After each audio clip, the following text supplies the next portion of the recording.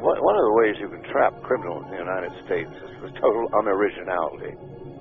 I mean, for the last 40 or 50 years, it's always been the Lee Harvey Oswald.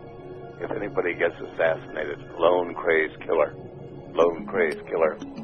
communist, lone crazed killer. These murders have almost always been plots, but, oh no, you're not a conspiracy theory. Oh, right, you must believe in flying saucers. Well, everything in the United States is a conspiracy. Haven't we figured that out yet? Whether it's the tobacco companies saying smoke Lucky Strikes because then you'll be healthy.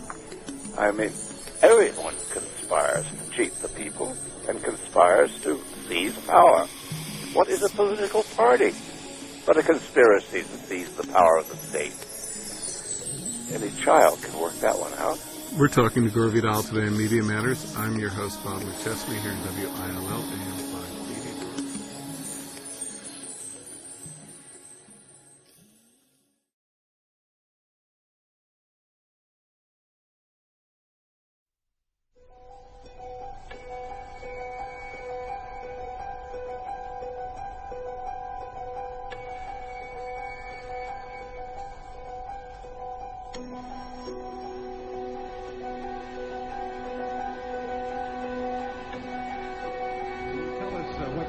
Security was for the senator. From the Los Angeles Police Department, we were not providing security. This is not.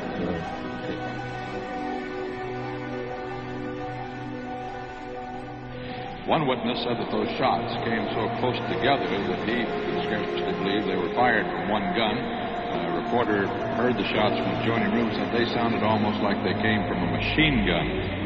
So short was the burst of fire. The political murder is a part of our lives. It has been through our history, even though our history shows that political assassination usually has changed things not for the better, but for the worse. Senator Kennedy is the latest victim. Run back. I just saw somebody run back, and then I heard somebody say he's been shot, and that's all I heard. That's all.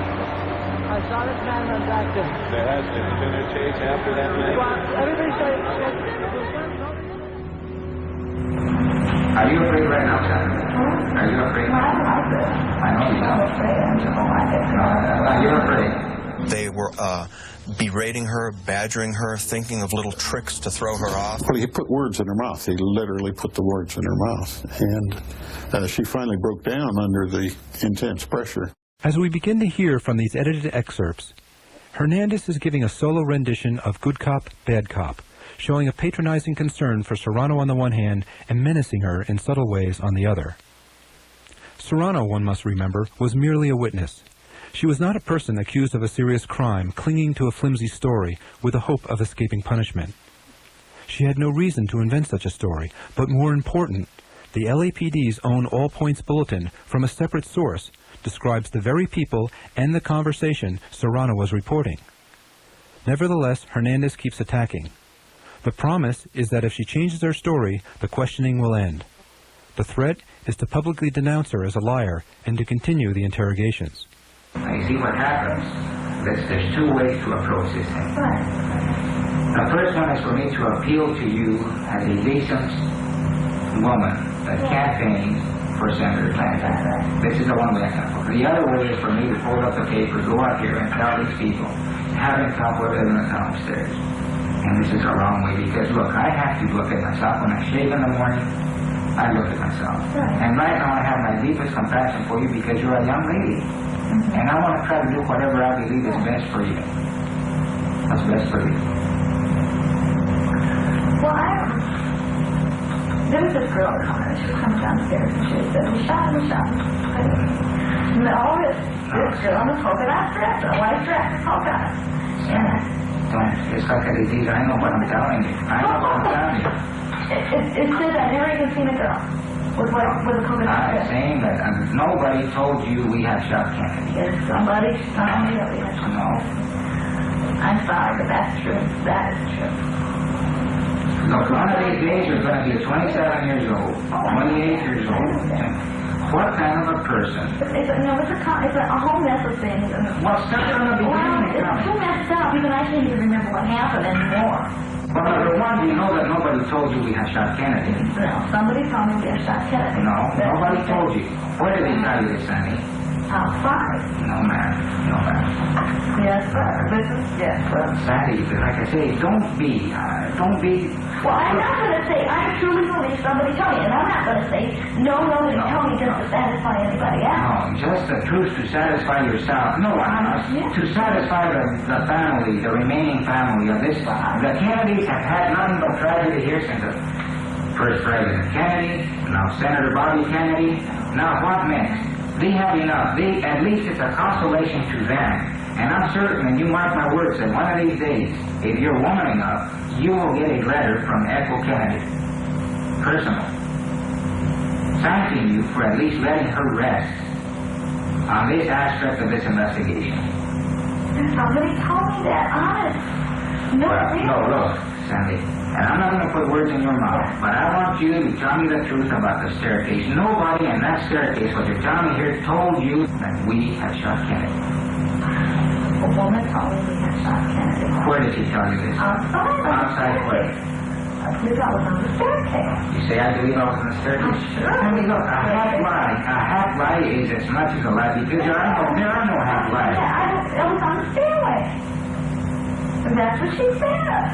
Sandy, look, you're basically a decent person. Thanks. You're basically a decent person. But here you are, you're 20 years old.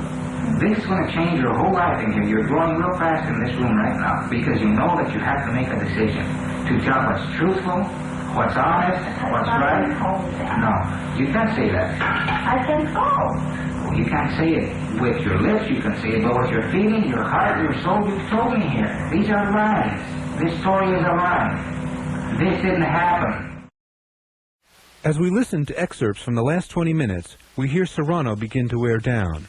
Sergeant Hernandez senses her exhaustion and in his patronizing manner begins his endgame. How come you're making yourself suffer like this? I'm not making myself suffer. I'm not suffering. Leave me alone. The only time that you will be wrestled, and I can tell you right now, you tell me what happened out there, and I can assure you that nobody else will. I don't know what happened. To tell you the truth, I don't know what happened. I don't know really what happened. Everything is such a mess. Well, think about it, Sandy. I thought about it over and over and over and over in my head, and over and over and over and over. And I don't know. I can remember somebody in my mind. I can't remember somebody who said this to me. I can remember crying and crying and crying, and I can remember saying, oh, they told me we shot us.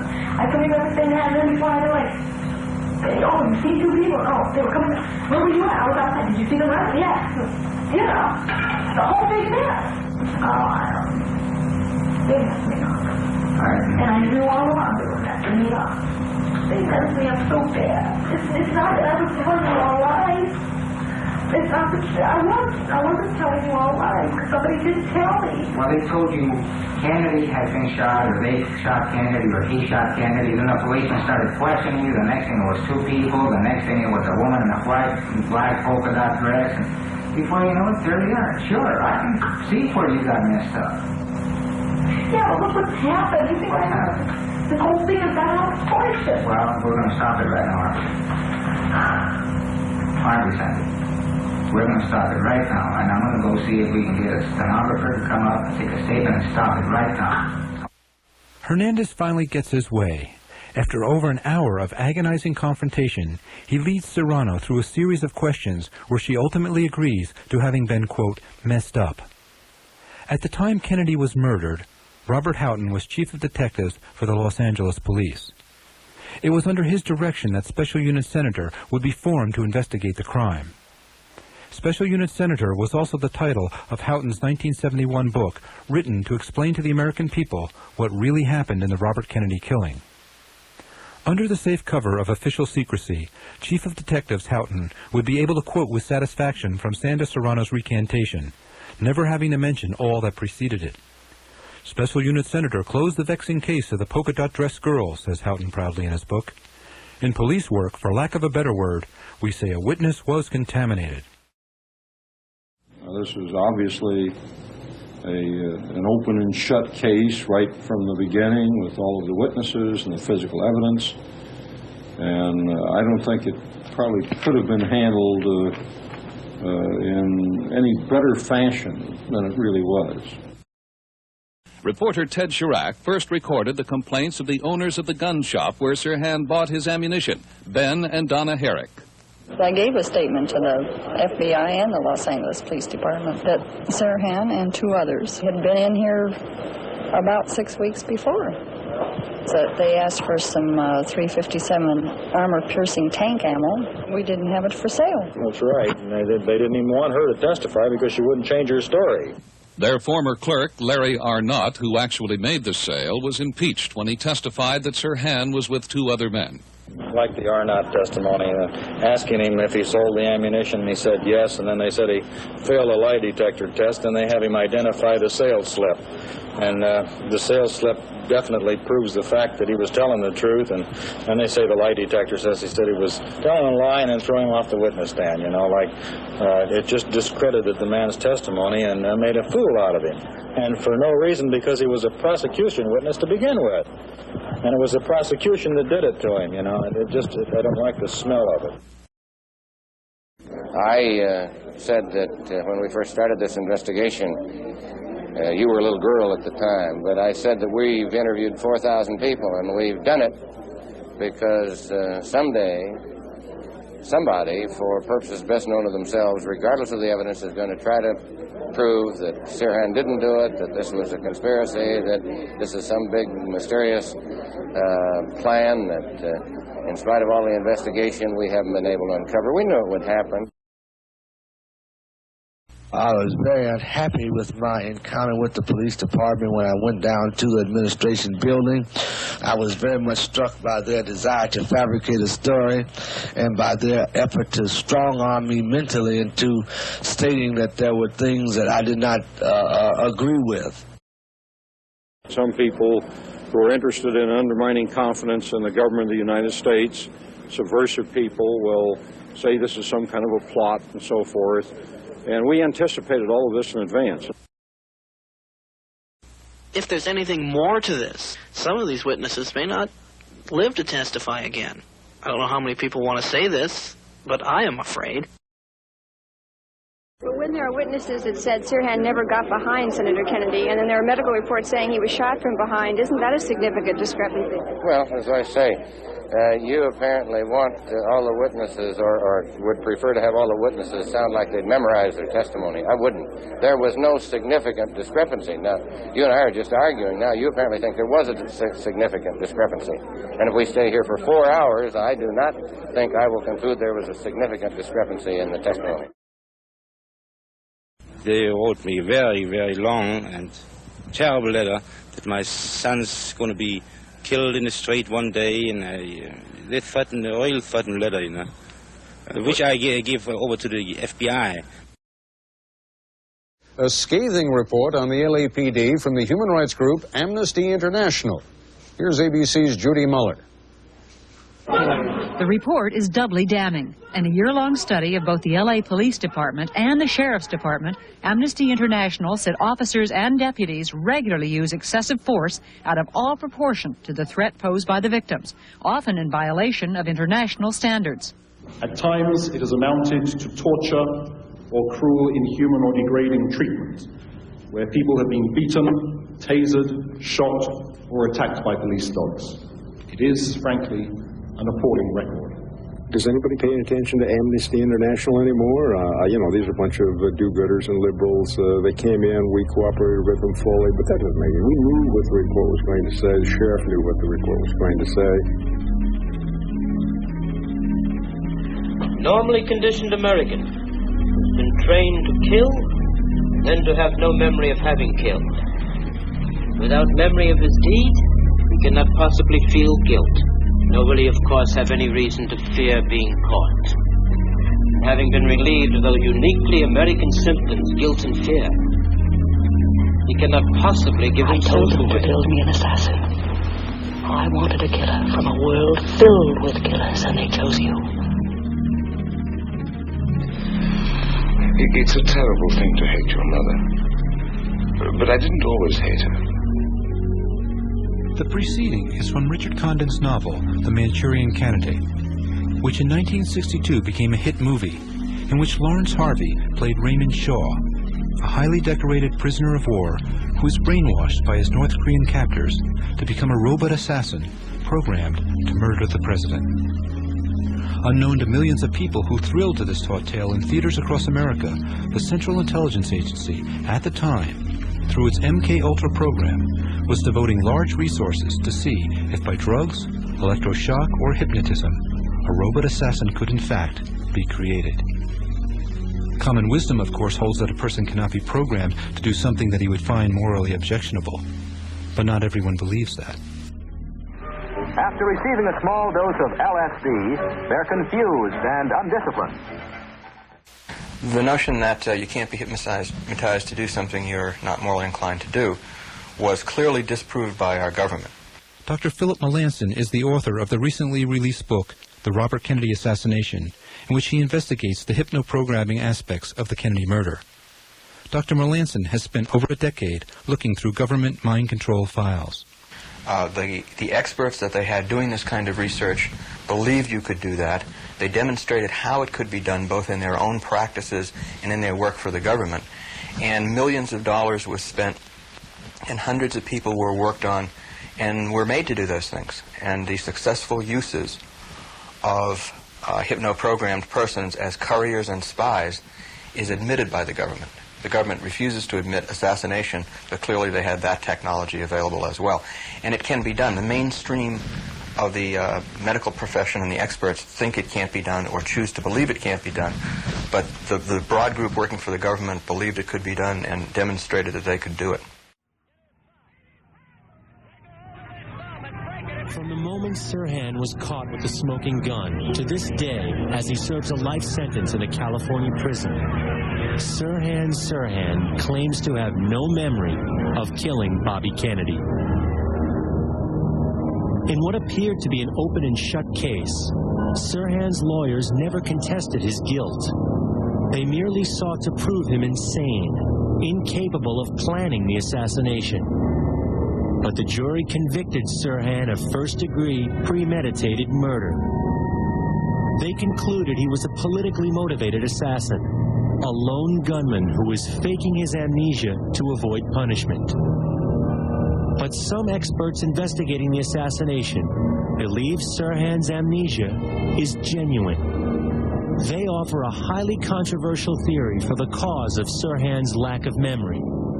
Sirhan's lack of memory for the murder of Robert Kennedy was genuine, and it was established by both the defense and the prosecution before the trial. Sirhan himself badly wanted to remember what had happened. After all, he was caught with a smoking gun, so he wanted very badly to remember, and he worked hard at it, but he was still unable to come up with any motive or any memory of the crime. Sirhan remembers the events just prior to the shooting and just after his capture, but claims to have a lapse in memory during the actual shooting. Do you remember drinking coffee? I remember being around the coffee. You don't remember anything at all after that? What do you remember when you got back and after you had some coffee? I was choking like a son of a bitch. Choking? I was choking. Choking on what? They grabbed my... They grabbed my throat. Oh, you mean after the shooting? Yeah. I see. Psychiatrists for both the defense and prosecution testified that Sirhan did have amnesia for the assassination. But to this day, no psychiatrist has found any evidence of psychosis in Sirhan, which scientists consider another possible cause of amnesia. Melanson became convinced that Sirhan's lack of memory is the result of being hypnotized and programmed to kill. After 15 years of analyzing the evidence and interviewing experts and witnesses, the only logical conclusion in this case, for my mind, is that Sirhan was a programmed assassin, programmed to show up shooting at Robert Kennedy, and programmed not to remember. Is the programmed assassination theory merely the plot of a Hollywood movie? Or is it really possible to hypnotize someone to kill? Dr. Herbert Spiegel is one of the world's leading experts on hypnosis. He has taught hypnosis at the Columbia University Medical School for over 20 years and is the inventor of the standardized test for measuring a subject's hypnotizability. He believes there is circumstantial evidence that suggests Sirhan was hypnotized to kill. The total and complete amnesia that Sirhan demonstrated from the very beginning to this very day suggests strongly that he was A, highly hypnotizable, and B, programmed to perform that act. Hypnosis played a major role in Sirhan's trial, as psychiatrists for the defense and prosecution hypnotized Sirhan at least 6 times in an effort to unlock his memory. You're right in the kitchen now. In one session under hypnosis, Sirhan was induced to reenact the shooting. Senator Kennedy is here. The psychiatrist reported that Sirhan nearly choked as he relived being strangled, just as in his actual capture. Get the gun! Stay away from the gun! This incident is one of many that Dr. Spiegel found in his review of the court psychiatrist's reports that lead him to believe that Sirhan falls into the highest category of hypnotizability. Only about 5 to 10% of the population are that highly hypnotizable. He comes under the category of what might be called the hypnotic virtuosos. In fact, Sirhan's high hypnotizability, which allowed him to slip into spontaneous trances, was the basis of the defense's argument. His lawyers argued that Sirhan involuntarily shifted into a hypnotic trance and therefore carried out the assassination without planning it ahead of time. The possibility that someone else may have hypnotized Sirhan was never presented in court. But Dr. Spiegel believes that the circumstantial evidence, Sirhan's desire to be hypnotized, his extreme compliance under hypnosis, his amnesia to the assassination event, all suggest that Sirhan appears to be an ideal candidate to be hypnotized.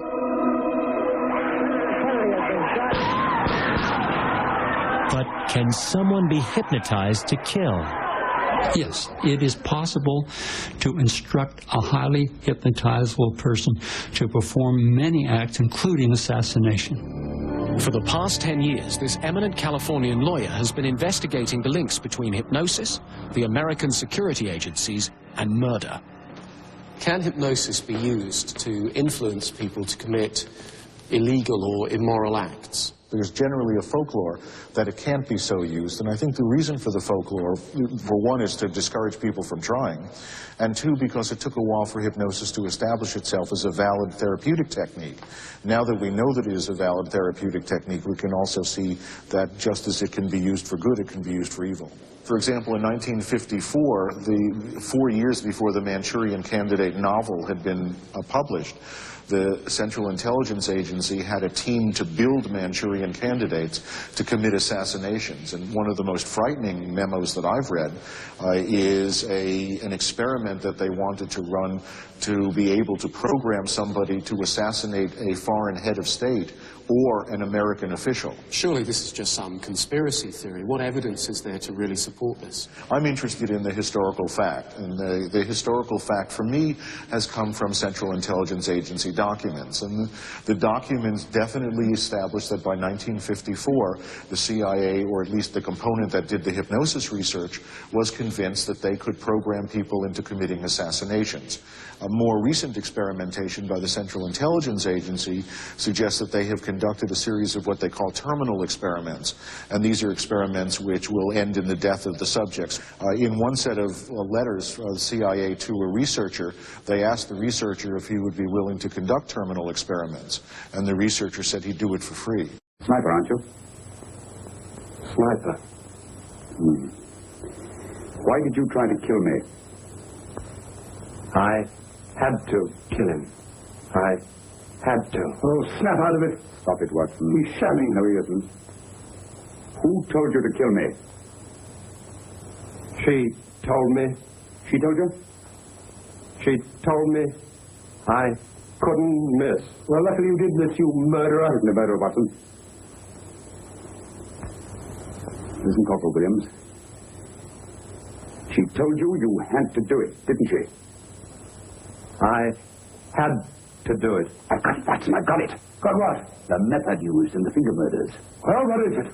Hypnotism, my dear fellow, hypnotism.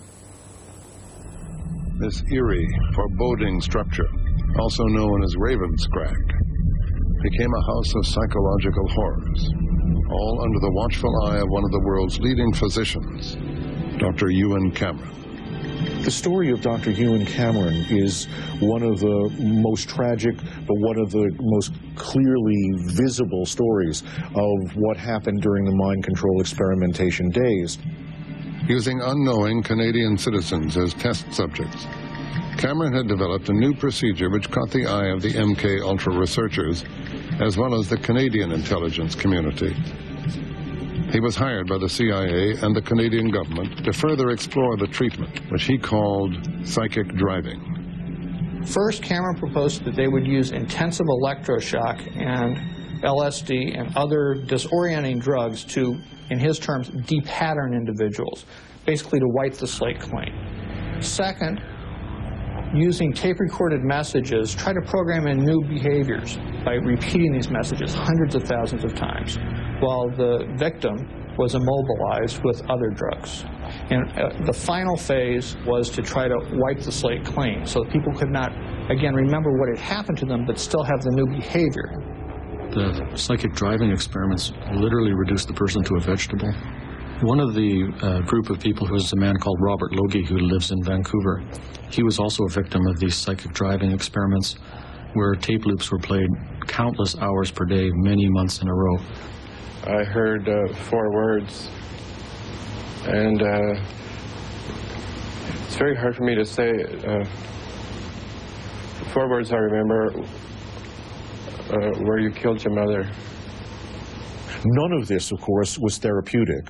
None of it was warranted by the conditions under which the people had gone to the institute. None of it was done with consent, and none of it was done with the awareness of the people that they were experimental guinea pigs in an advanced brainwashing experiment. Another of Cameron's patients who endured months of mental torture was Linda MacDonald. I think there were about 80 of us. We discovered that these 80 people were just ordinary, everyday people. It could have been you, it could have been me, it was me. It could have been anybody who just walked through the doors of the Allen Memorial on the wrong day at the wrong time when Dr. Cameron needed another schizophrenic for his fun little stuff upstairs.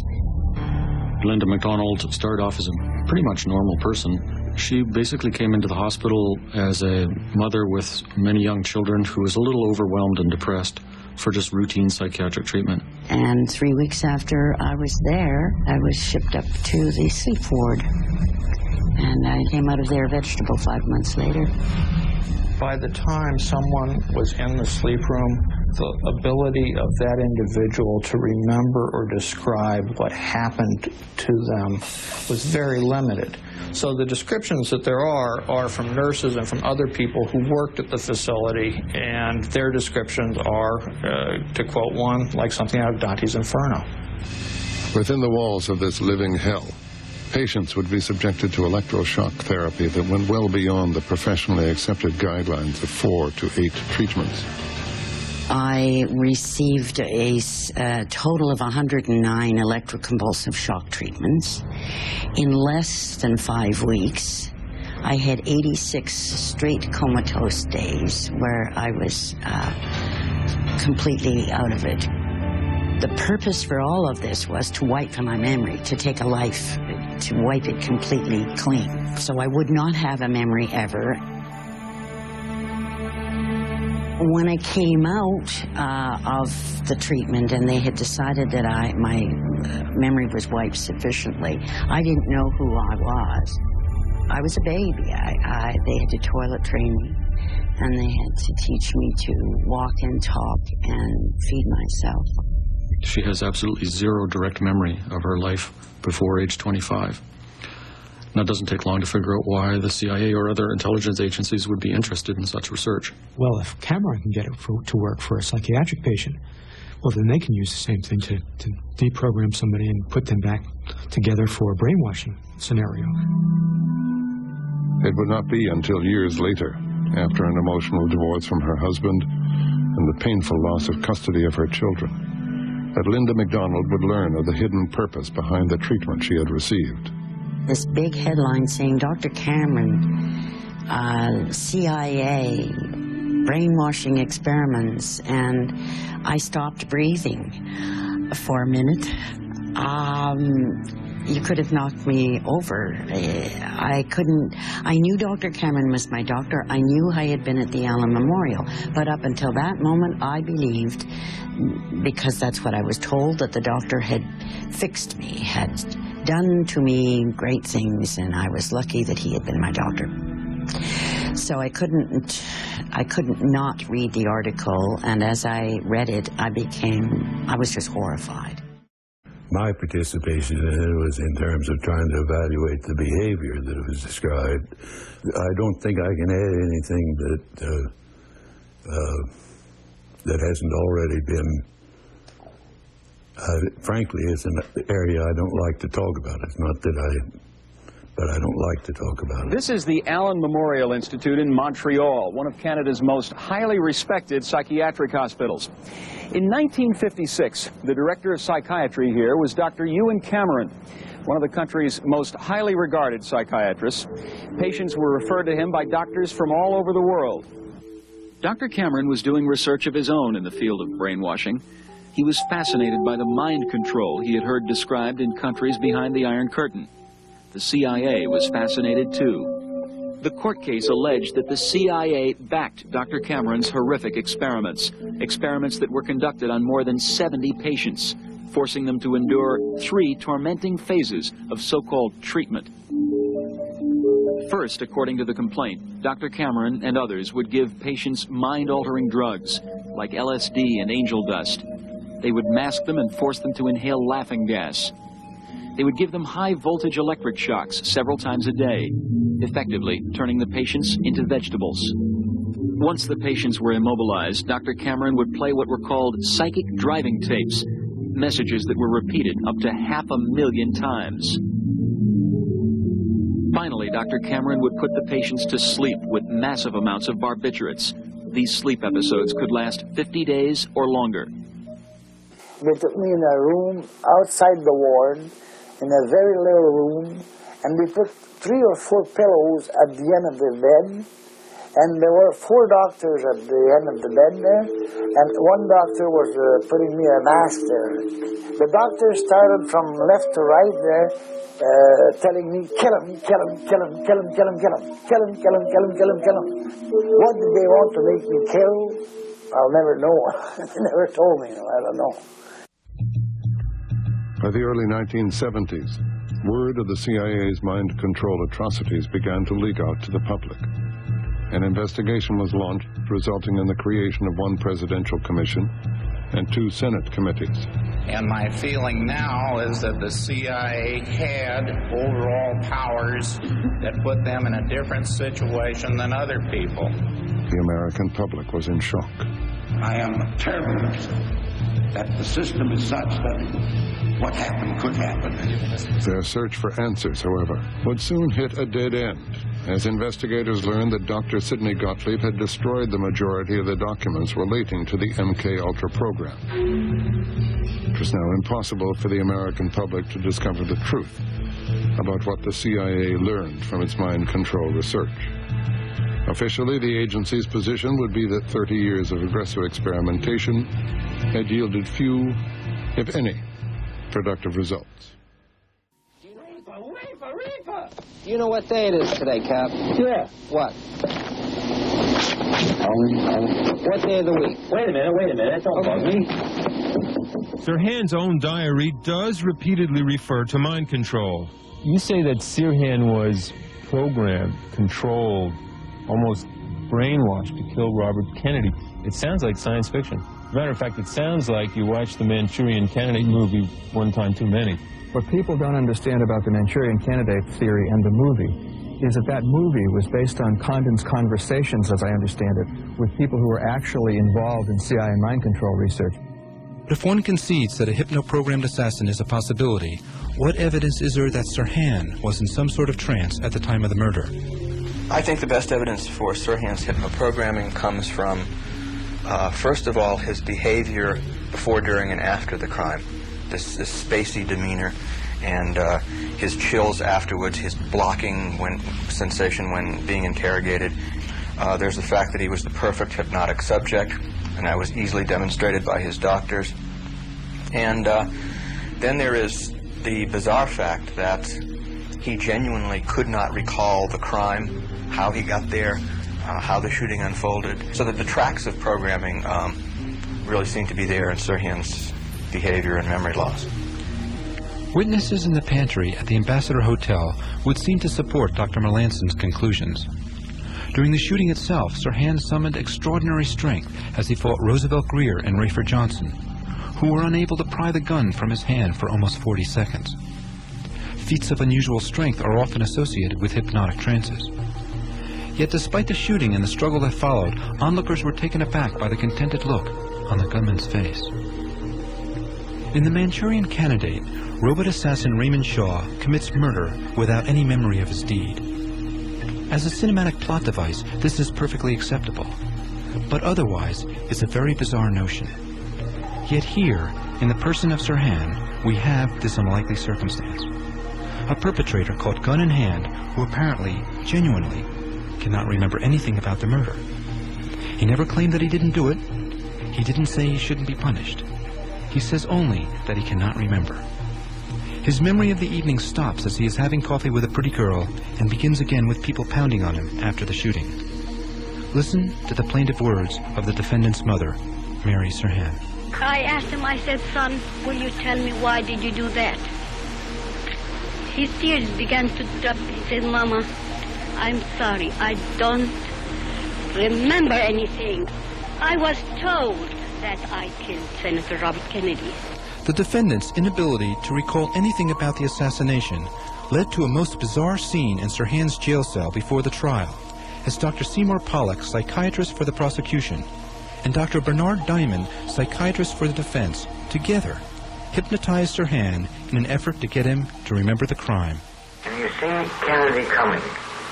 Now what do you see, Sirhan? You're back in the kitchen now. What do you see? Sirhan. What's he doing here? What?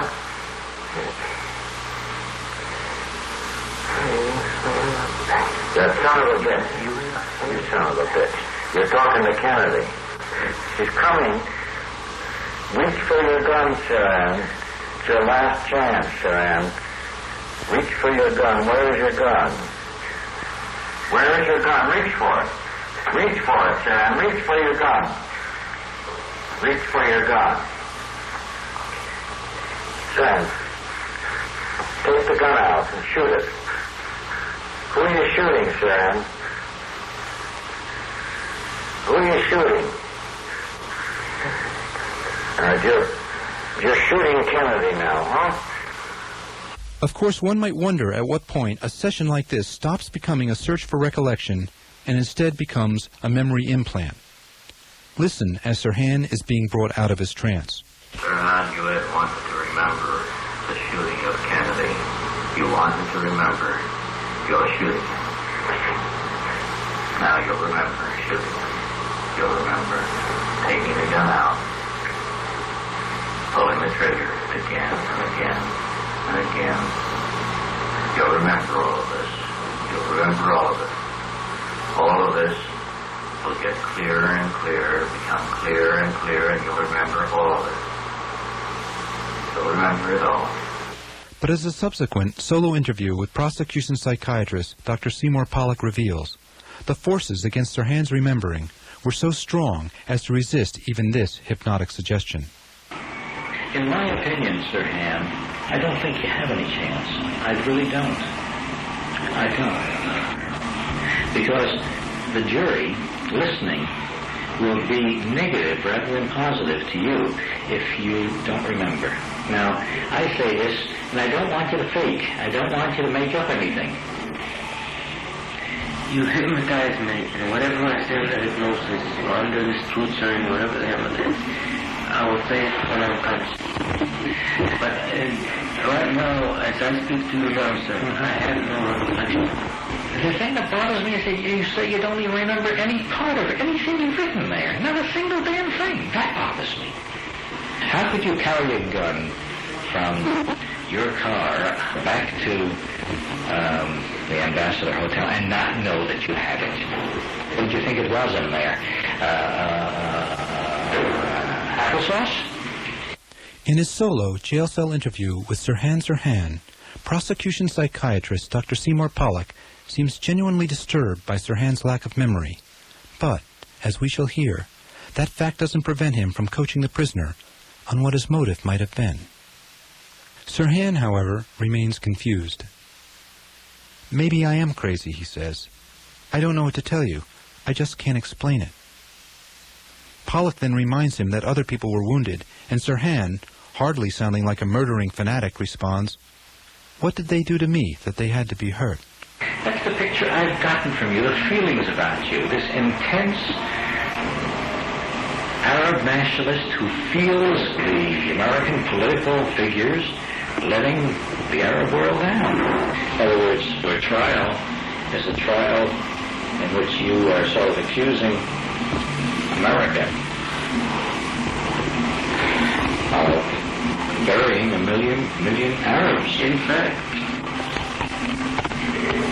if I assume then that this is so, that you really want the world to see the Arab suffering and to see that American policy has helped that suffering, why, I say, don't you remember all of this? Why don't you remember clearly? maybe I am. Maybe I don't know it. And I'm not trying to tell you it was really, but really, I can't explain. You know, a number of other people were shot too, were wounded, you know that, don't you? What did they do to me, that they had to be hurt? I think that you had this pretty blind rage, anger, resentment. I mean, to you, at that time, Kennedy was really the biggest bastard in the world. He was the biggest son of a bitch. Pollack here seems not to understand that he has asked the key question. If Sirhan murdered Robert Kennedy to make a political gesture on behalf of the dispossessed Palestinian Arabs, why doesn't he remember? And why such remorse? My own conscience doesn't agree with what I did, Sirhan says sadly. In what way? Pollack asks, taken aback. It's against my upbringing, says Sirhan. My childhood, family, church, prayers, the Bible and all this, sir. Sirhan, as many people don't know, was a Christian. Now returning to the quote. And here I go and splatter this guy's brains. It's just not me. It's just not me. My own conscience doesn't agree with me with what I did. Your own conscience? My own consciousness. In what way? It's against my upbringing, my very nature, sir.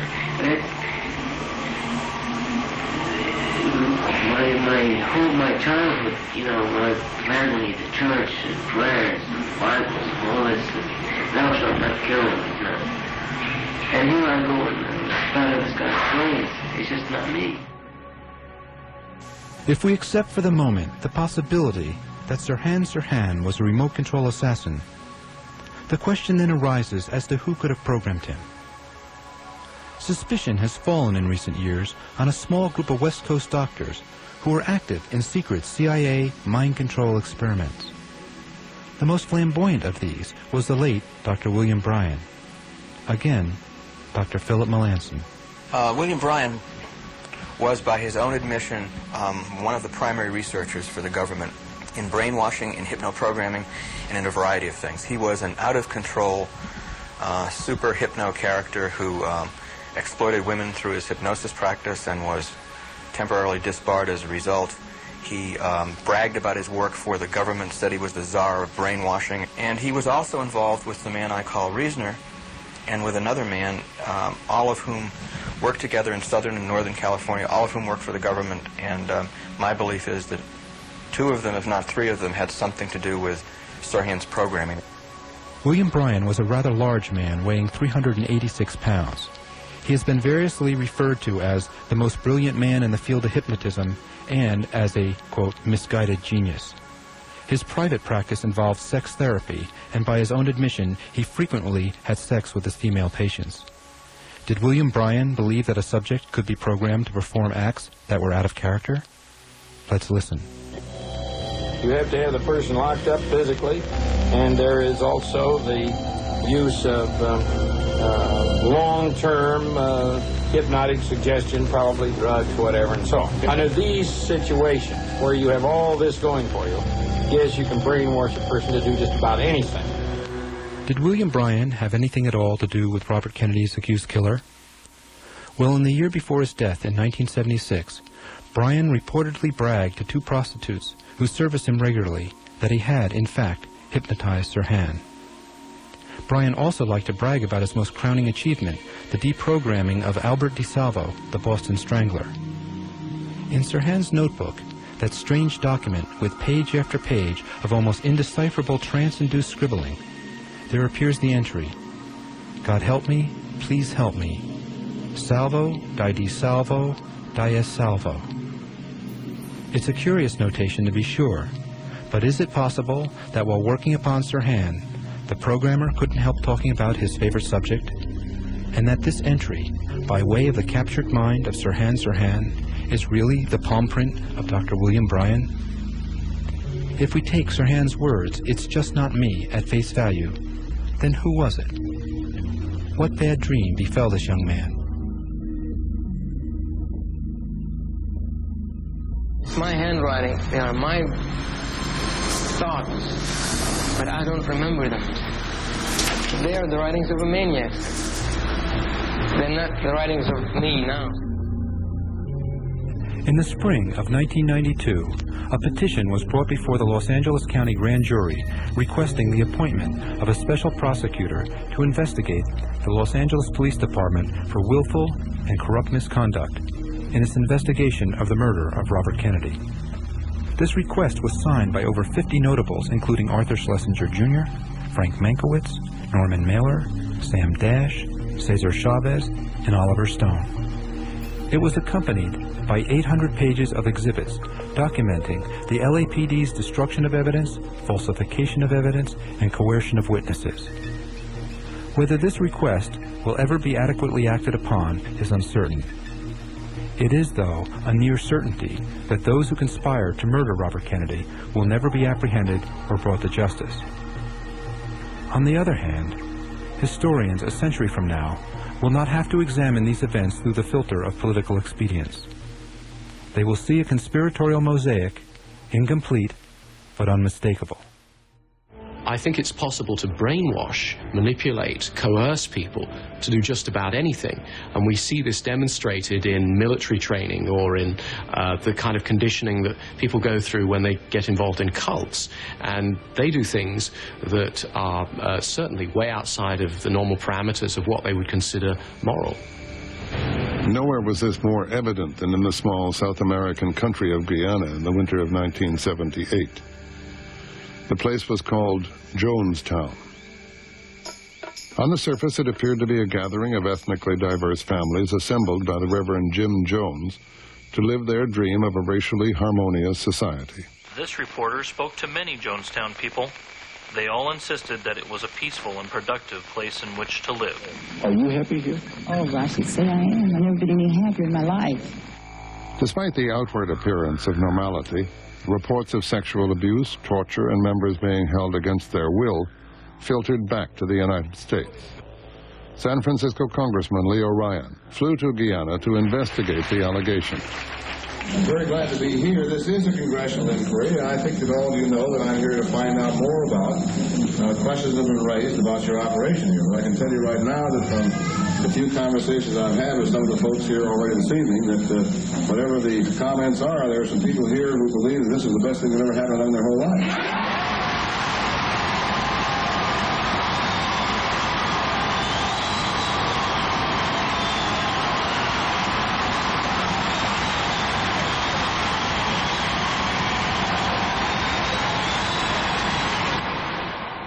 The events of the following day would shock the world.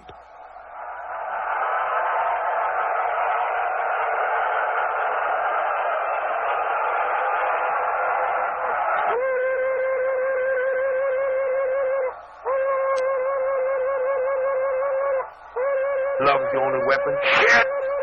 Bullshit! Martin Luther King died with love.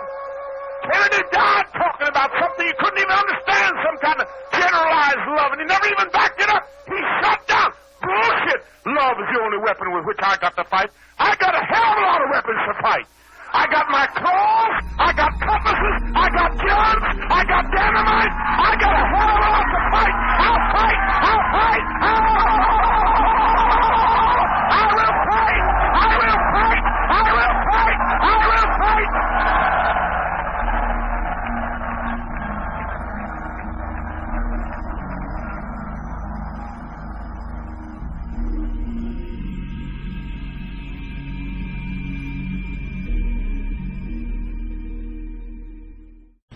Some 20 years later, Jonestown still raises as many questions as it does answers. Was it a mass suicide or a mass murder? Was it a mind control experiment gone awry? Was the CIA somehow involved? While still a teenager, Jones established a pulpit on the street corners of Richmond, Indiana, where he sold monkeys door to door in order to fund his activities. There he came to know a juvenile police officer named Dan Matron, whose improbable path Jones would cross and recross in the years ahead. By the late 1950s, Jones had married his high school sweetheart, Marceline, and established an interracial church based in Indianapolis. He called it the People's Temple. At first, the church prospered, but Jones had a secret life. Matron left Richmond and joined a sometime CIA cover at the State Department. Coincidentally or not, Jones suddenly became of deep interest to the most clandestine department of the agency, whose activities included mind control experiments, attempts to assassinate Fidel Castro, and operations to infiltrate and disrupt black organizations. For reasons that the CIA has always refused to explain, they opened a secret file in Jones' name. Suddenly, Jones abandoned his church, and armed with 2 passports, the young charismatic preacher traveled to a series of political hotspots: Mexico, Cuba, Guyana, and Brazil. Though he spoke no Portuguese, in 1962, Jones moved to Belo Horizonte, a small town in Brazil. With no apparent means of support, he rented an expensive house and began to make in-depth studies into voodoo, faith healing, mass conversion, and ESP, a key investigative element of the CIA's mind control program. But Jones was not the only person there from Richmond, Indiana. He later bragged of visits to his neighbor, Dan Matron. The former police chief was now working for a sometime CIA cover at the U.S. consulate, training Brazilian police in the subtleties of hostile interrogation. Jones was also contacted by another key member of American intelligence at that time, John Lodison, who'd been kicked out of the Soviet Union for spying. In Brazil, he met with Jones for reasons that the CIA still refuses to explain. But Jones' stay in Brazil did not last. He left the country soon after a newspaper article appeared claiming he was a CIA agent. Returning to the USA, Jones moved the People's Temple to Northern California, where its membership grew rapidly.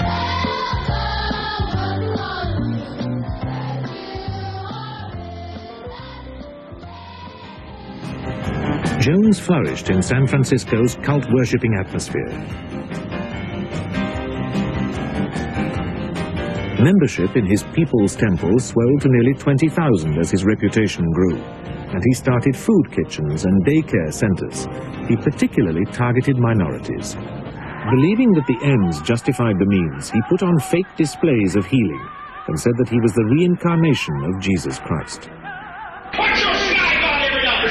You asked and begged and pleaded for help with your suffering, and he never gave you any food. He never provided a bed. He never gave you a home. But I, the socialist worker, have given you all those things. Oh, stop saying. And you won't die if you talk with me. You will die if you stand up. You will die if you jump up and down. Because I justice, equality, and God.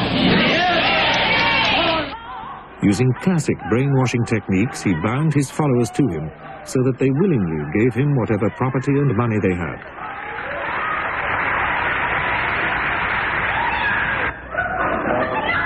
Can't imagine forces of privacy. The most discriminated against perhaps of any group. I really don't feel comfortable with our worship being photographed. I really don't. I must go against the entire council. I don't feel good about it. They can photograph me all they choose because I do not care. I'm fearless. I come unafraid of anything, but I don't want the cameras focusing on others. I don't want them. Focus on me all you want. I owe something to my people, and that's to be a good pastor, and that I am. The best I am. His services were dazzling affairs, with soul and gospel singers, dance groups, and celebrity preachers like black revolutionary Angela Davis. The size of his congregation gave him a political power base. During the 1976 presidential election campaign, he allegedly provided support for the Democrats and met the presidential candidate's wife.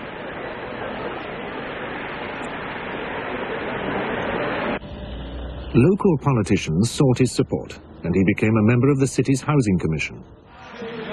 People from all walks of life were just fascinated by Jim Jones. I mean, I remember going to a testimonial dinner. Who was there at the dinner? You got Angela Davis, the communist, and you have Walter Heady, the chairman of the John Birch Society. And then you had the lieutenant governor of the state of California, you had the mayor, you had the DA, you had the chief of police, you had the supervisors, you had businessmen. They were all there at this meeting, and I thought, Jim, you got your act. He'd bring all of these people in, and he himself would come in the midst of a smaller a retinue of aides. They'd shoo him to the front of the room, put him on the center of the chair, and basically sort of guard him the whole time. Guys in dark glasses, black suits, the whole thing. It was very unusual. Jonestown was in its fourth year when Jones arrived in 1977. Conditions had never been easy, but when he took over, the agricultural mission became a labor camp. Well, Jim had armed guards. I mean, young men and women who were told that they needed to watch everybody, and it kept you working hard. We headed out to the fields, and you vied to go really far out, actually, because you couldn't hear Jim over the loudspeakers.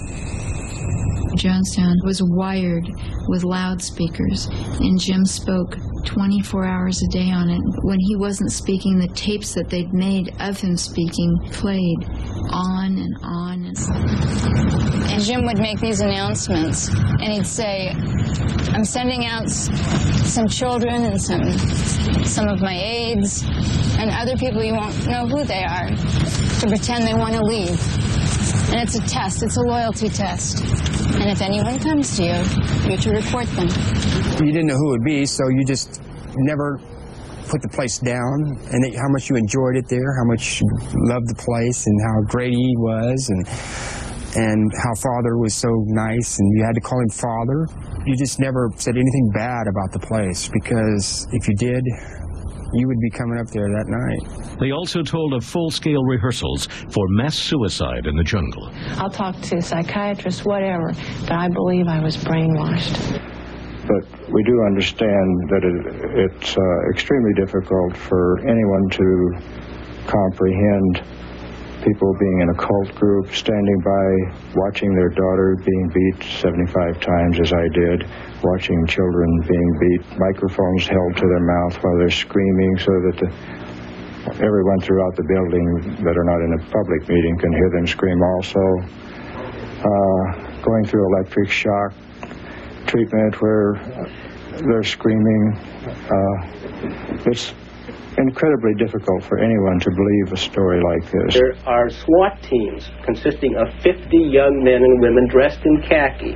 There's 2 teams of 25 each that are armed with 200 to 300 guns, and that they patrol all day and all night the whole encampment, and that Jim Jones has stated publicly that nobody better try to escape from here because you will be shot. The methods that Jim Jones used in his cult, the People's Temple, are definitely classical mind control techniques. And according to a book by Michael Myers, which is called Was Jonestown a CIA Medical Experiment? His documentation leads him to conclude that actually Jonestown was run by the CIA.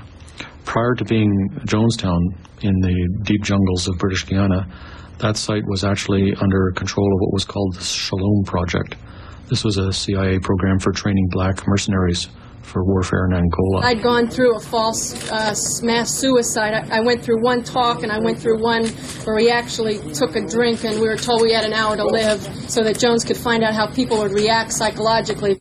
Turning Jonestown's children against his own enemies was standard practice for Jim Jones, and it delighted him. I like to kill gray stone and tin stone. I'll go back and do it right now. I think that I should take a knife and cut Mr. Tupper all up real good and put poison in him and invite all my relatives over there and have them eat him, and then I'll die.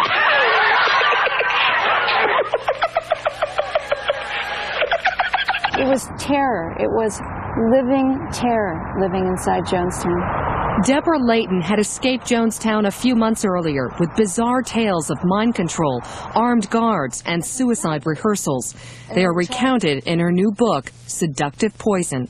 The suicide drills were the most frightening and disturbing things there, that we would be awakened from the middle of a dreamless sleep to Jim's voice screaming over the loudspeaker that we were going to die, that we had to come to the pavilion, that mercenaries were coming in to kill us. She put her concerns in a sworn affidavit to the U.S. State Department months before Congressman Ryan's trip. Congressman Ryan and the journalists arrived in Guyana on Tuesday, November 14th, 1978. Well, he was such a kind man, so compassionate, didn't get excited about nothing. Oh, it'll be okay. It'll be fine. Just take it easy. It'll be fine. That's just the way he was. For some time, Ryan had been a thorn in the side of the CIA.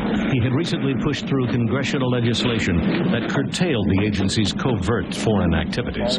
As Ryan prepared for a first-hand look at Jonestown, he was joined by a State Department agent, Richard Dwyer. What he didn't know was that Dwyer was working undercover. A man named Dwyer was the head of the CIA. I mean, the CIA had a presence here. It was an unrevealed presence at the time. I had a premonition about the trip. There was something that just made me feel a great deal of uncertainty. In 1978, Jackie Spear was the legal aid to San Francisco area Congressman Leo Ryan. They were about to embark on a fact-finding trip to look into reports of abuse and brainwashing at the remote jungle compound known as Jonestown. I always kind of shake my head in disbelief when they refer to it as a suicide. Those people were not in control of their minds. They had been brainwashed.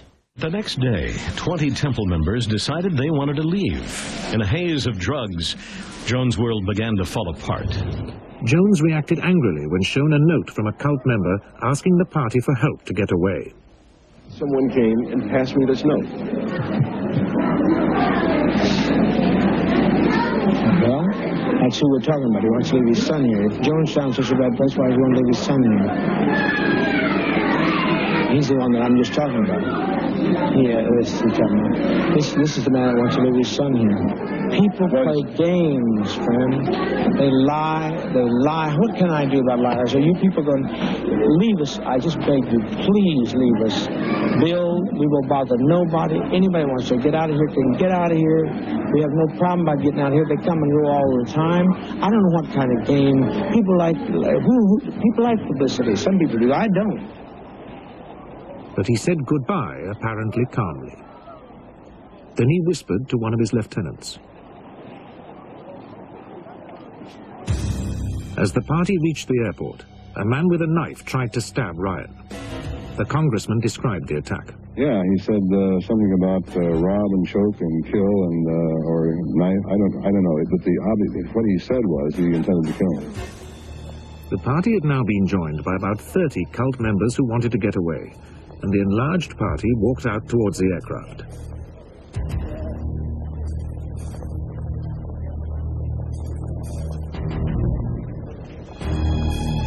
Congressman Ryan went over to shake the pilot's hand.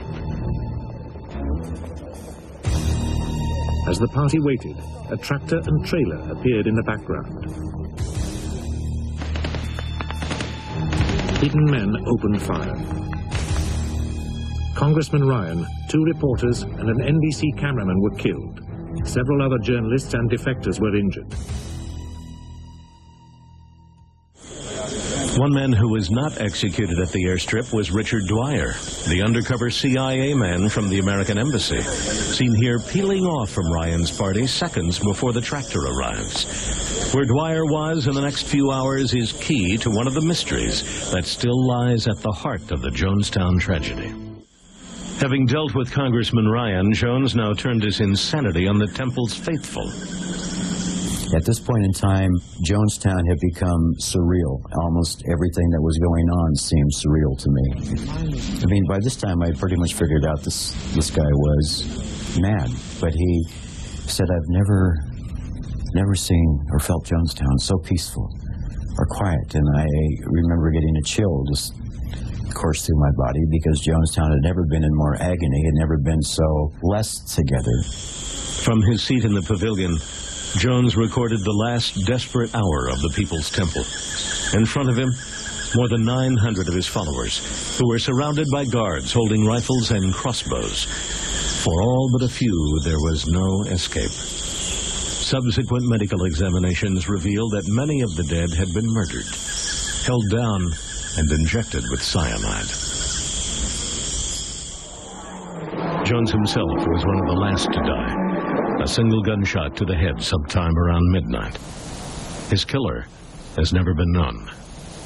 At 3:30 in the morning, when everyone was dead and several hours before anyone arrived, a radio message was sent from Jonestown using a secret CIA channel, reporting what it described as a mass suicide. This was the message that shaped our view of Jonestown for years to come, even though the best medical evidence suggests that most of those who died had been murdered. The question then becomes who sent that message. The only functioning radio in the area belonged to the local American intelligence officer, Richard Dwyer. Though he always denied going back to Jonestown that night, the last tape tells a very different story. Take Dwyer on down to the east house. Get Dwyer out of here before something happens to him. Dwyer? I'm not talking about your jaw. I said Dwyer. Though more than 900 Americans had died, Richard Dwyer and other U.S. Embassy officials would later receive medals and promotions. A multi-million-dollar lawsuit was subsequently filed by Congressman Ryan's daughter and the relatives of those who died. The suit described the deaths as a massacre and alleged that Jones was an agent or operative of the Central Intelligence Agency. It was dismissed on a technicality and never tried. Here's more from Bob Jimenez in Guyana. Recovery teams have been removing the dead from Jonestown since Wednesday. Today, as the recovery operation neared what appeared to be the end, the miscalculation was realized. There were not 400 bodies as first thought, but nearly twice that number. Some were found alongside a temple where recovery teams were just starting to work. Air Force Captain John Muscatelli talked to reporters.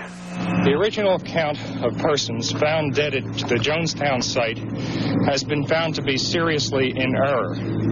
It now appears there may be as many as 780 bodies total found at the site. They were found simply buried under other bodies. There were larger adults that were grouped together, and under their bodies were found the bodies of smaller adults and children. But the medical team were not the only people in Jonestown that day. During the immediate aftermath, Jeff Braley was approached by a man in civilian clothes who asked him to guard a large box of documents. And he said, I'm from the U.S. Embassy. If anybody tries to take this box away from me, shoot them. And I said, you got to be out of your mind. I'm not going to shoot anybody. And he told me that the box was full of sensitive documents and he needed to get those to the U.S. Embassy. I think he probably was CIA. The documents then disappeared into the CIA, and their contents remain secret to this day. 20 years later, the CIA continues to deny any interest in the People's Temple. They claim that their own file on Jones is empty. But new evidence reveals startling connections between Jones and members of the U.S. intelligence community. It began with a visit to Guyana by Congressman Leo Ryan, some of his staff, and members of the press. He was later killed, along with 4 other Americans, including Don Harris and Robert Brown of NBC News. After the killings, the Guyanese authorities impounded the first tapes and notes made by the NBC crew.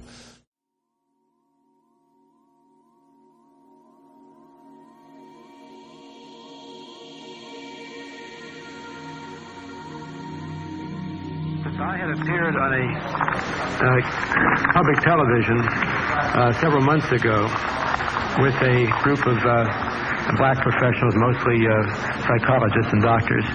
They invited me to appear today to provide information that they thought might be I might be able to help with this forum today, with their research. I appeared in Washington in February before the International Relations Committee and made some statements and some charges and documentation which resulted in the Foreign Affairs Committee, or International Relations Committee, which they call it today. They voted to ask the House Select Committee on Intelligence to investigate my charges.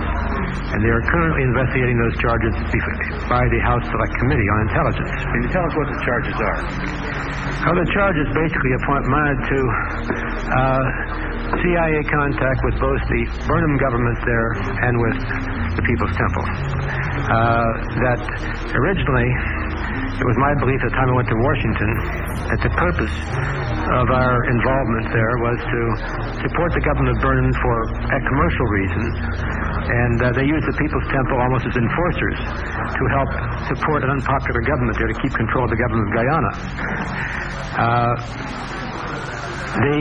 We knew that there had been an article in the San Mateo Times in December of '79 which indicated that the Deputy Chief of Mission there, Richard Dwyer, was in fact the CIA station chief. And he was the one that went to Jonestown with Leo's party, and he claimed to be slightly wounded, but there was a tape made at the time of the murders and suicides there with Jones yelling, "Get Dwyer out of here, get Dwyer out of here." And the indications are that it was Dwyer who went back into Jonestown after Leo was murdered and was there at the time.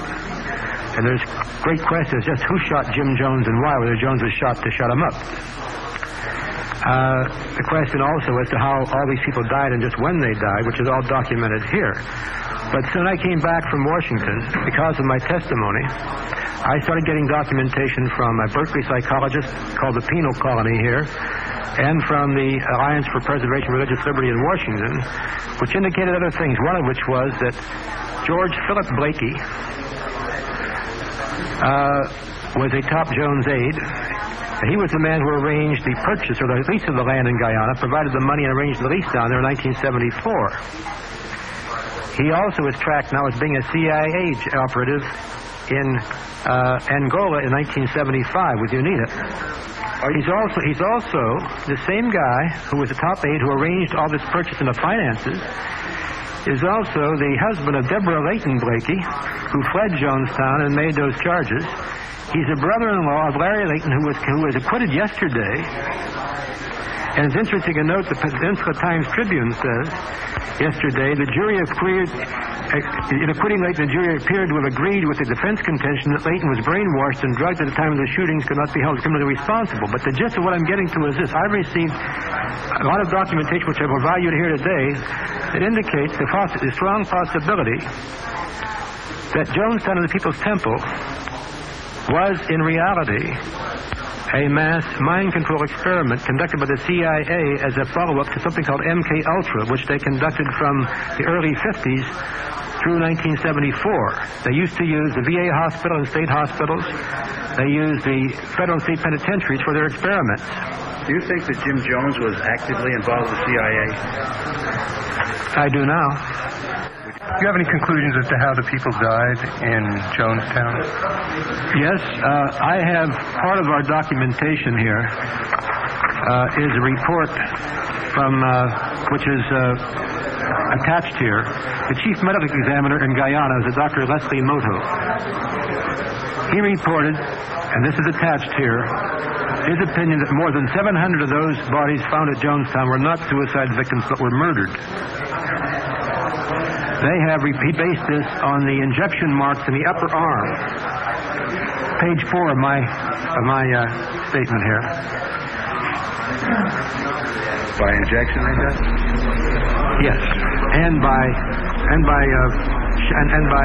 gunfire. There were a lot more people killed by gunfire than they've ever admitted so far. We had heard reports that there were 50 of them, approximately 50 men with guns ringing around there, so people couldn't get out, and very few of them did get out. So it's according to the chief medical officer in Guyana, most of the people down there were murdered rather than suicide. Who is suppressing all of this? Are you implying the CIA was active in the suppression?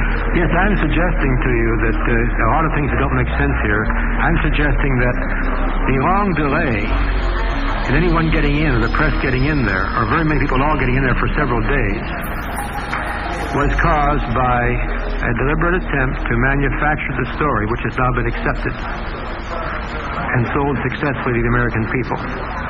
And what is that story that you think the people are falsely accepting? That, in effect, this was a large group of disillusioned or disoriented black people who went down to Guyana and who turned their backs on this country and committed suicide, and we might as well we're get rid of them, and that was just an aberration type of thing. I think that's the story that's been peddled. When you see the documentation here, you'll begin to wonder yourselves why the first reports were 350 people died or 400 people died, and for several days that was reported, and then they started finding more bodies. When the first reports were that 500 fled in the jungle, the people examined the bodies the first time and counted them by name, by types of people, men, women, and children, turned them over. Then a few days later, they claimed to have found 2 and 3 stacks of bodies underneath those. You know, it boggles the mind, the stories that were passed out, but they apparently have gotten away with, I think, with one of the greatest fabrications of recent years. What significance do you attach to the fact that the leadership of the temple was largely white and the membership of the temple was largely black? I mentioned that in here. I think that that's part and parcel of the whole thing. I think that this is what caused me very suspicious about this whole experiment, about the possibilities here. The cadre was all white, and yet we think of Jonestown as a bunch of black people who were committed suicide without mentioning that white cadre, and that doesn't quite add up. I think there are racist overtones to the whole thing. What kind of racist overtones? What are you exactly alleging? I'm alleging that the media picture that was printed, it was painted rather, and then brought came out in print and so on, was that you don't have to worry about these people because they're crazy, they'll do anything, and they're not like us. It's my impression at this time that they were conducting some sort of mind control experiments. For example, they had a very modern hospital down there which they bragged about. So modern that in that population they had medical checkups for everyone every day. So there's no need for that unless you're conducting experiments where you're having control groups and you're giving people, and they're giving their vitamins every day. And it's my guess that they were just using them as guinea pigs to see what they could do under isolated circumstances. They'd take them off into a jungle someplace far away from everybody. They get them there somehow, and then they're able to see how these various drugs work on different groups. Could you tell us about the details of the murders in Guyana, exactly how they were killed, please? Well, Dr. Mutu, the pathologist at the site in Jonestown, said that 70 to 80% of the bodies had a fresh needle mark in the back of the left shoulder blade at a point they could not have reached themselves, and that the body showed evidence of having been forced to take the shots. And the official coroner's verdict from Matthews Ridge by the Guyanese judge and jury that looked into the situation was that all the people had been murdered, that not one had been a suicide. Mutu found evidence of gunshot wounds and strangulation in many of the other bodies. I studied about 150 pictures in which I could see gunshot wounds. There's no way that cyanide pathology explains the condition of those bodies all face down, and you could see drag marks, and the body count went up because the area was surrounded by 350 Guyanese troops, about 200 British Black Watch troops, which are the equivalent of their Green Beret, on maneuvers at Matthews Ridge in those days, and American Green Berets that came in with the body cleanup teams that spent the period of the 5 days murdering people, rounding them up in the jungle. The original reports were all 408 dead, and then 700 flee into the woods. And the military said, first, the Guianese can't count. Second, that it was bodies on top of bodies, though how you start with 408 and end up with 915 and say that the 400 covered the 500 makes no sense. They said bodies in little piles. They even said at the end, after they'd been there for 6 days, that they forgot to go around to the back of the pavilion and there were 500 bodies back there. I mean, this was the final official explanation, but these people were being killed. Yes, small in this room. Old junkie from Detroit who was a survivor of Jonestown. The guy said he hid under the... Odell Rhodes? His name. What happened to him? Where is he now? I don't know where all the survivors are. Many of them survived because they cooperated with the plan and were meant to survive. That's the case with the basketball team and other people. They were off somewhere. Well, they eventually got to Georgetown and eventually came back to the United States. Some of them were out on a ship. The ones that were on the boat with Blakey went to Trinidad. Then they went to Panama and emptied a $5 million bank account in Credit Suisse. And then they went to Grenada. They set up shop in Grenada, I believe in the mental hospital there, with Dr. Bourne and his father, who worked in primate research with MK-Ultra. And Bourne set up all the methadone programs in the United States for the Rockefellers. And I think they were experimenting on the mental patients because that's the only building bombed in the invasion of Grenada. And there's 180 people in the inmates in the psychiatric institution murdered, dumped into a mass grave, and then the U.S. was going to send $400 million to rebuild the hospital. I mean, they were going to make it a better unit to experiment on people after they got the right government in. Early on, a cocaine smuggling operation, because I believe... There were drugs and guns being smuggled in and out, and there were relations of mercenaries. Some of these killers that were taken in and out of Angola, the CIA-backed UNITA forces by Blakey. Iran mercenaries, and they did run guns and drugs, but the operation was primarily an extension of MK-Ultra. People were taken off the streets here in San Francisco, out of the welfare rolls, from the elderly homes, from the psychiatric institutions, from the prisons. Children were given as wards of the court and turned over into their control.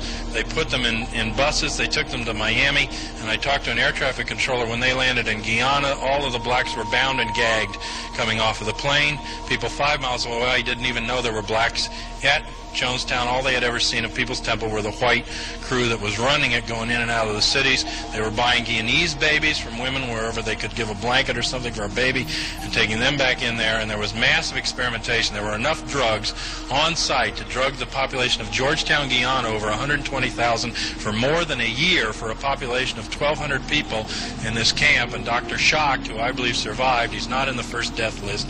He's added to the second.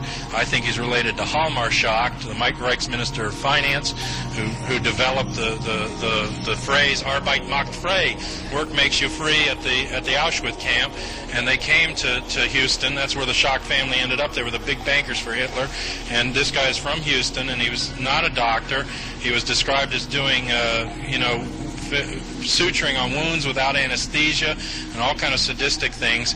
And they had medical tags. You can see even in Time magazine medical tags on the people. But an order came down from Zbigniew Brzezinski through Haig to Robert Pastor on site to strip bodies of all identification and tags. Then the bodies are left in the sun to rot so that no fingerprints, no identification can be done from the tags, and no autopsy can be done, fluid or otherwise, by the time they get back to the United States. So you can never find out what killed them or how many drugs they had in the body. They had one footlocker there with 11,000 doses of Thorazine. And the drugs that are described are the exact drugs that were used for 30 years in MK-Ultra in the different control scenarios.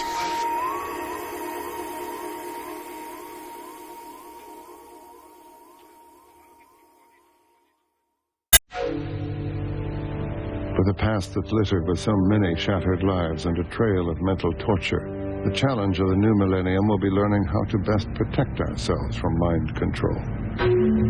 Somehow, the average citizen thinks that his or her mind could never be manipulated, and yet every day we're manipulated by each other, we're manipulated by advertising. 1,000 things impact and manipulate us in different ways. We're bombarded with messages from the media, the radio, the television, and from newspapers that shape our perceptions of the world. This relentless yet subtle conditioning can develop without you even knowing it. Watching television is a trance-like experience.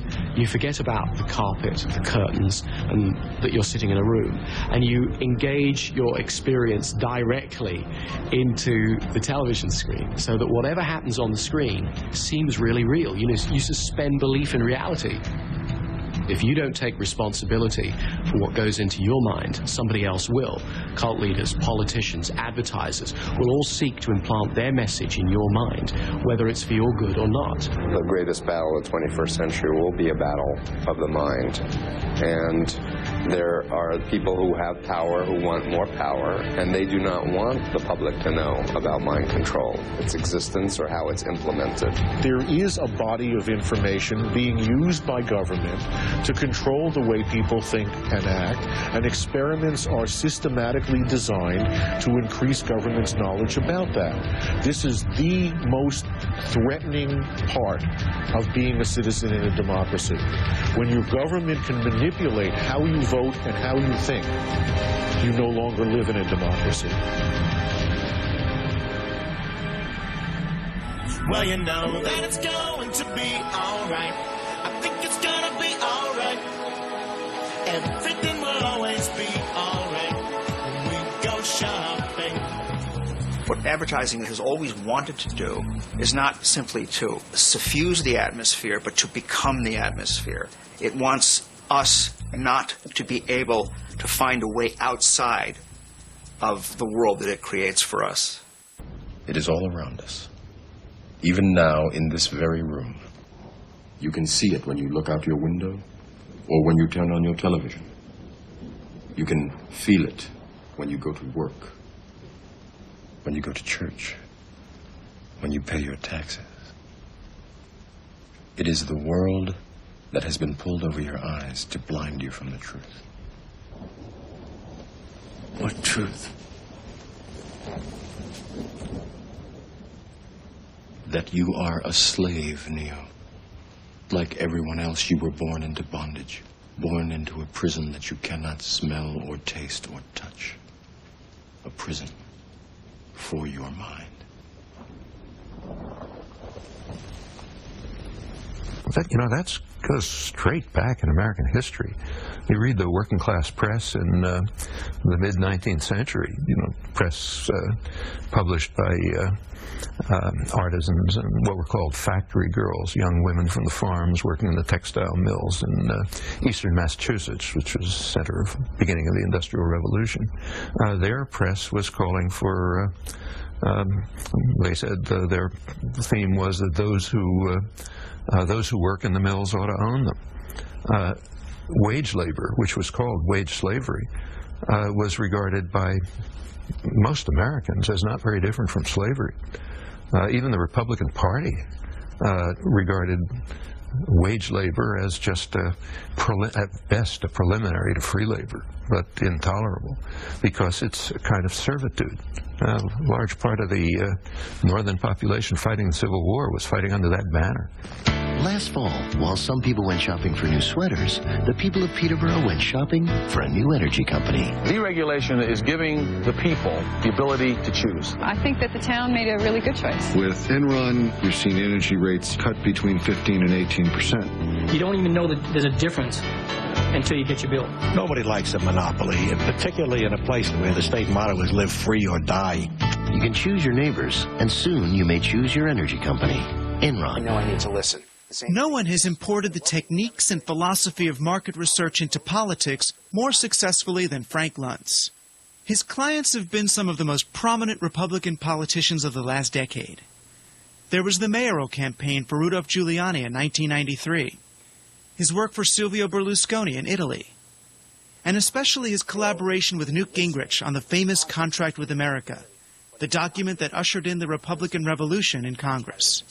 If an electricity company stood up and said, we want to do it for your benefit, we want to do it for our benefit, we want to do it for everyone's benefit, and so we have a better approach. Tonight, Luntz's client is not a candidate, but a Florida utility wanting to build public support for a change in how it's regulated on the environment. I know that the public is very down on corporate America in general, and they're down on power companies. So what is the language? What is the information? What are the facts? What are the figures that would get Americans to say, you know what, my electricity company, it's okay? On one hand, you have wind, which has no fossil fuels associated with it. To get at his subjects' gut feelings, Luntz has them register their moment-by-moment responses to a speech by a power company executive. Climbing, changing fuels. But watching Luntz work, I couldn't help wondering, do the words he's found help the public see the issue more clearly, or do they disguise it? Is Luntz listening to us so his clients can give us what we want, or so we can figure out how to make us want what they have to sell? The words work. The words apply to the policy. This is how we're going to sell it. And I'll be able to walk to this electricity company on Monday and be able to say to them, your policy makes sense, and here's the language to explain it. That was the eureka moment. When I watched people nod their heads, I watched them look to each other, and they were willing at this point to fight for this position. You're replacing the bad with the good. It's almost like in with This is a guy who is merchandising ideas and merchandising a movement and merchandising a political party. And in many instances, the words that he says are the ones that resonate, are ones that obscure to some extent the issue. Take the so-called death tax. When it was called the estate tax, most people supported it. But Luntz managed to turn public opinion against it simply by giving it an emotionally loaded new name. For years, political people and lawyers, who, by the way, are the worst communicators, used the phrase estate tax. And for years, they couldn't eliminate it, but the public wouldn't support it because the word estate sounds wealthy. Someone like me comes around and realizes that it's not an estate tax, it's a death tax, because you're taxed at death. And suddenly, something that isn't viable achieves the support of 75% of the American people. It's the same tax, but nobody really knows what an estate is. But they certainly know what it means to be taxed when you die. I'd argue that is a clarification. That's not an obfuscation. Luntz has admonished Republican politicians to talk about tax relief instead of tax cuts, and to replace the war in Iraq with the war on terror. He once told his party to speak of climate change, not global warming. What is the difference? It is climate change. Some people call it global warming, some people call it climate change. What is the difference?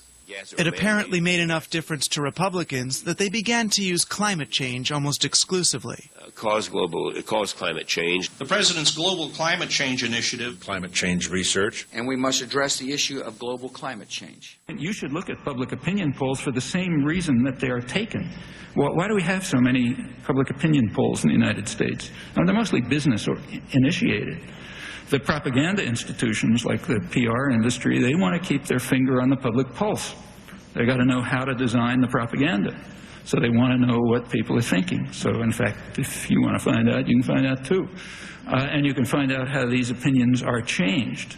The most effective kind of propaganda was defined as the kind where the subject moves in the direction you desire for reasons which he believes to be his own. What really matters is the fact that the major institutions in the society are under totalitarian control. After all, what's a corporation? You know, a corporation is just a tyrannical system, one of the most tyrannical systems that humans have ever devised. They've been given extraordinary rights by the courts, not by legislation, early in this century. They're, like the multilateral agreement would give them actually the rights of states. They're basically unaccountable to the public. When they've been given the rights of persons, that means, for example, they have the right to propagandize. So, like, they've been given the rights of free speech, which is insane. You know, these are collectivist institutions. They've been given the right to advertise, in fact, at your expense. So you get the tax-free. So you pay for the privilege of having your minds destroyed,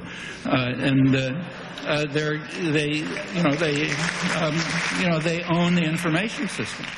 I mean, they control the information system. What are the media?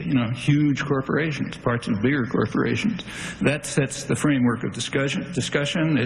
The major decisions that affect what happens in the economy and social life are made behind closed doors. Very little public accountability.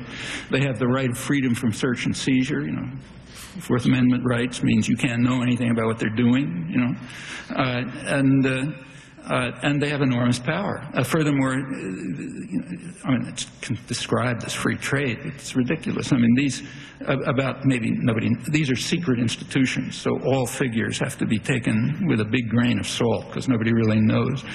But the guesses are that by international economists that maybe 40% or so of U.S. trade is actually internal to corporations, meaning it's not trade at all. It's just moving something across a border. It's no more trade than moving from Indiana to Illinois or something like that. Happens across a border, to get cheaper labor, to avoid environmental restrictions and so on. Well, 40% is not a small number. And that's a vast underestimate because there are also complicated strategic alliances among alleged competitors. So IBM and Toshiba and Siemens and so on are working together. They're working together on design, on marketing, and so on. And in fact, it's gotten to the point where some international economists call it a new system of what they call alliance capitalism. Big networks of tyrannical institutions basically running the world. I mean, in comparison with this, the difference between, everybody voting and everybody not voting is pretty trivial. In the Reagan administration, you really had a massive enterprise to control the public mind. In fact, when this was exposed during the Iran-Contra hearings, partially exposed, one high administration official described it as the most successful operation they carried out. He said it's the kind of operation that you carry out in enemy territory. And that expresses the attitude toward the population completely. The population is the enemy, and you've got to control enemy territory, and the way you do it is by very extensive public diplomacy, meaning propaganda. Intelligent propaganda is not a propaganda that tells blatant lies. It's something where you try to show the good side of what you're supporting, and you don't tell about the negatives. You only tell about the positives, which is true, but it's only a half-truth. And then it makes it a half-lie, if you will. It is told in the words and from the perspective of the power wielders, and with no view from outside the walls. And that's really, I think, in a nutshell, the problem with so much of the coverage in Washington, is that the habits of mind that inform it, the sympathies that inform it, are all with the people at the top, and not with the people outside the palace. The biggest joke, I think, in Washington is the idea that the press has an adversarial relationship to the city it covers and to the class of politicians and bureaucrats that it covers, when in fact it is so far from their adversary, it's a component of their life. It's a vicarious member of the same club. The adversarial definition is part of the self-flattery, the self-adoration with which the press conceives of its role and justifies its role to the public, who, of course, would like to think that there was a watchdog instead of a lapdog in Washington. They aren't so lucky. Inside the club, it's getting hard to tell anymore who's the reporter and who's the politician. These days, they sometimes just spin together in Washington's revolving door. I used to worry about blurred lines. Now the lines, they're not even blurred. They're gone. The lines are gone. I mean, people pop in and out of administrations all the time. Jim Fallow, speechwriter for Jimmy Carter, then national correspondent for The Atlantic. I mean, it just, I didn't like it at first, but it's a phenomenon of our time, of the 80s and 90s, that people are going to work in politics and go into journalism, and they're going to pop back and forth. No, I don't think Bob Dole's a mean person. I think he's an undisciplined person. And the most notorious case of media cross-dressing involved ABC commentator George Will. George Will helped to prep Ronald Reagan for presidential debate with papers that had been stolen in a black propaganda operation from Jimmy Carter's campaign. Having helped in that obscene prep, he then went on the air as an objective commentator later that night to say that he thought Reagan, viewing it objectively, dispassionately, fair-mindedly, even-handedly, and so on, had done best in the debate, rating the horse that he'd been secretly training. Paid no price for it.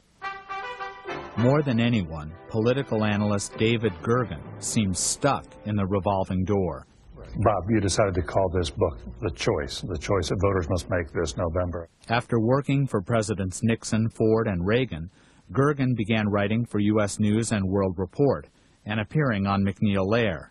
Then he returned to politics as a Clinton advisor, and now he's back in the media. When you click on that set, you sort of have to say, what to yourself? Am I seeing David Gergen, the thoughtful journalist, as he sometimes is, or am I seeing a guy who fairly recently was in the employ of Bill Clinton as a paid propagandist? Sometimes even I find the lines too blurry to follow the action. Through propaganda, we can derogate our opponents and dehumanize them. You know, we didn't refer to Germans, we referred to Huns. We didn't refer to Italians, we referred to, as you know, we didn't refer to Vietnamese, we referred to Gooks. So Huns and Wops and Gooks and Japs were the short circuit that we would take to dehumanize our adversaries and to reduce them to a sub level. The time, the middle of the 19th century. The place, the American West. The Armed Forces Screen Magazine presents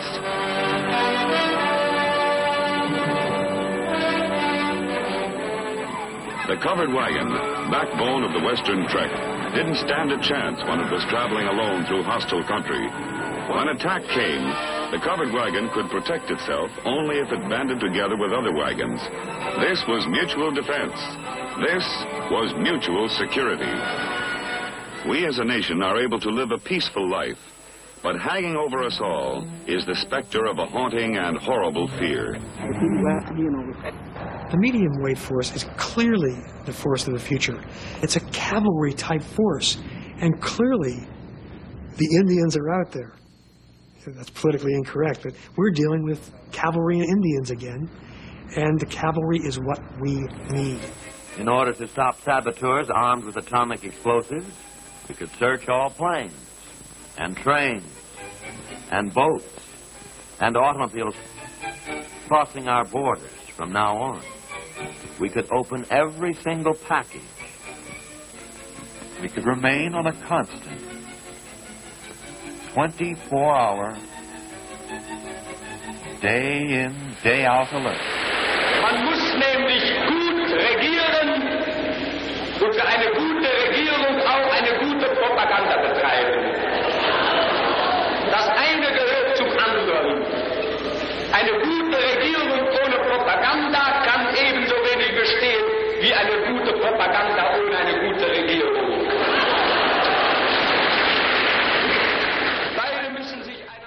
I was raised in a milieu where I was taught that communism leads to dictatorship and that capitalism leads to democracy. But it's not that simple. The essence of a politician, of the political animal, is the pursuit of power. You can say what you want about this country, and I love this place. I love the freedoms we used to have. I love it. I love that. So what do they get when they are elected to office? They get power, not money, power. Free market capitalism definitely democratizes a country and a culture.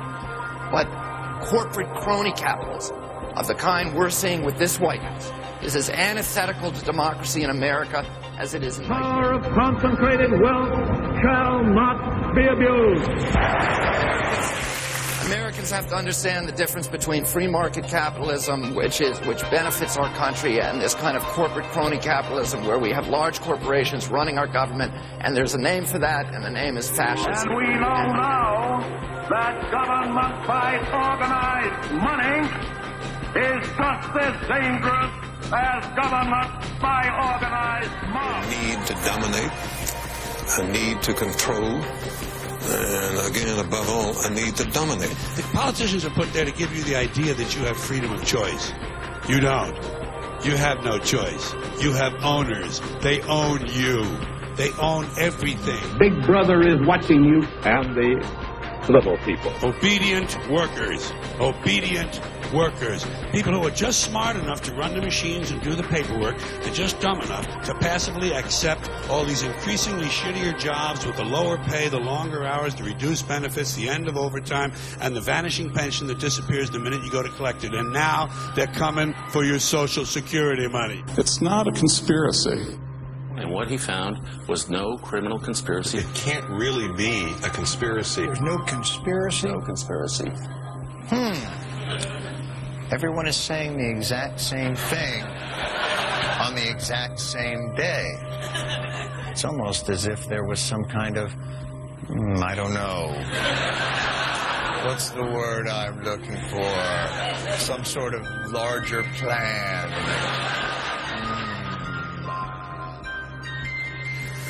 A need to control, a need to dominate, which is what leads people into politics. The temptation to use public power and play God is almost irresistible.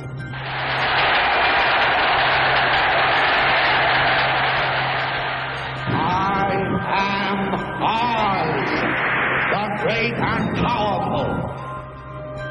As of now, I am in control here. To the corrupt, thieving politicians of America. We're not going to transform our fine FBI into a Gestapo secret. And Franklin Roosevelt said that. He said fascism is the control of government by large corporations for their own benefit. And I actually, and I'll close with this, I have an American Heritage Dictionary, the last edition, which I keep at home, which says, that defines fascism as the control of government by large corporations with right-wing ideology driven by bellicose nationalism. If that sounds familiar to a lot of you. Decisions are made on bases other than what is best for the country and what is best for the ordinary people in this country.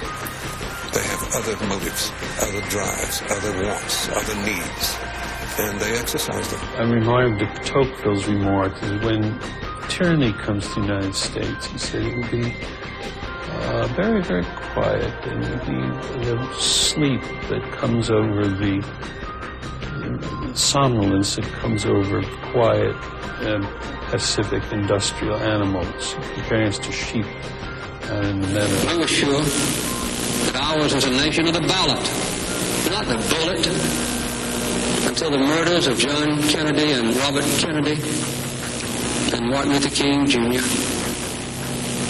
We were taught that our armies were always invincible and our causes were always just.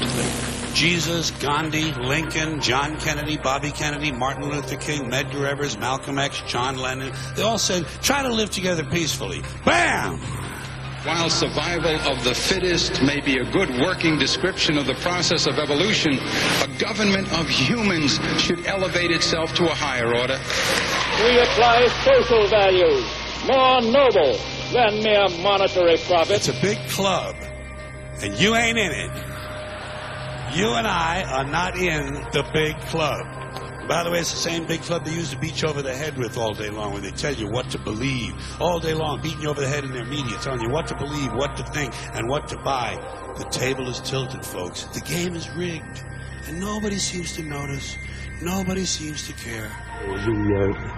The note is that we have dumbed the public down to the point where I think most people don't realize what they're missing. They don't know what's out there. The great Oz has spoken. No, pay no attention to that man behind the curtain. This is not a message of happiness or reassurance, but it is the truth, and it is a warning.